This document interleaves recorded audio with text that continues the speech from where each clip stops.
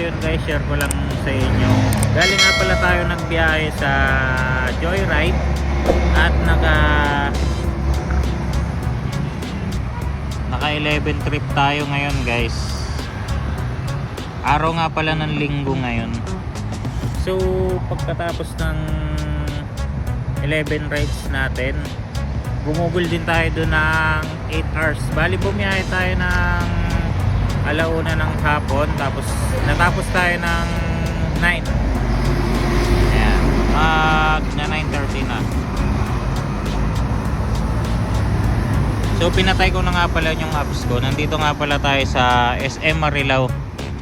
Ayan, dyan sa unahan na yung SM Marilao. Nandito tayo sa MacArthur Highway.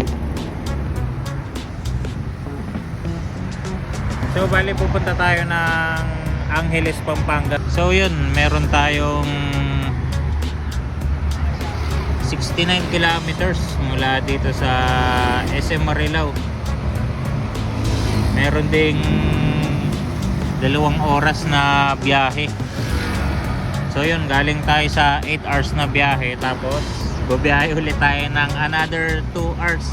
Ito lang yung pinoproblema ko guys, kasi Luzon flood. Your route may be affected. Sana wag namang baha sa pupuntahan natin. Tara, let's go.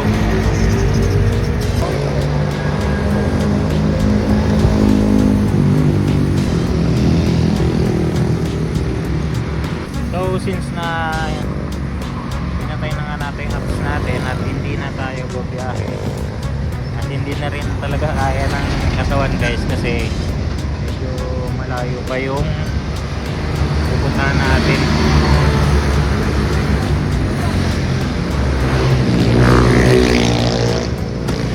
Kaya minabuti ko na lang patay na yung apps natin para dire-diretso na lang din magiging biyahe natin papunta ng Angeles.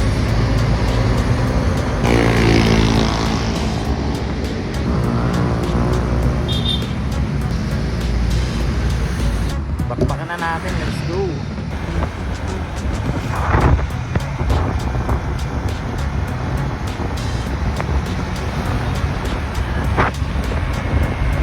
At pagdating ko nga ng Balagtas, Bulacan, ay may nadaanan ako ditong ginagawang kalsada. Siguro kasama to sa flood control. At sana naman ay matapos kagad tong proyekto na to bago dumating ang panibagong bagyo. At pagdating natin ng Plaridel, Bulacan, ay bababa lang tayo dito sa tulay na to at papasok naman tayo ng Malolos, Bulacan, dahil dire-diretsohin natin yung MacArthur hanggang makarating tayo ng Angeles, Pampanga. At madaraanan nga pala natin dito ang sikat na arko ng Bulacan, Bulacan.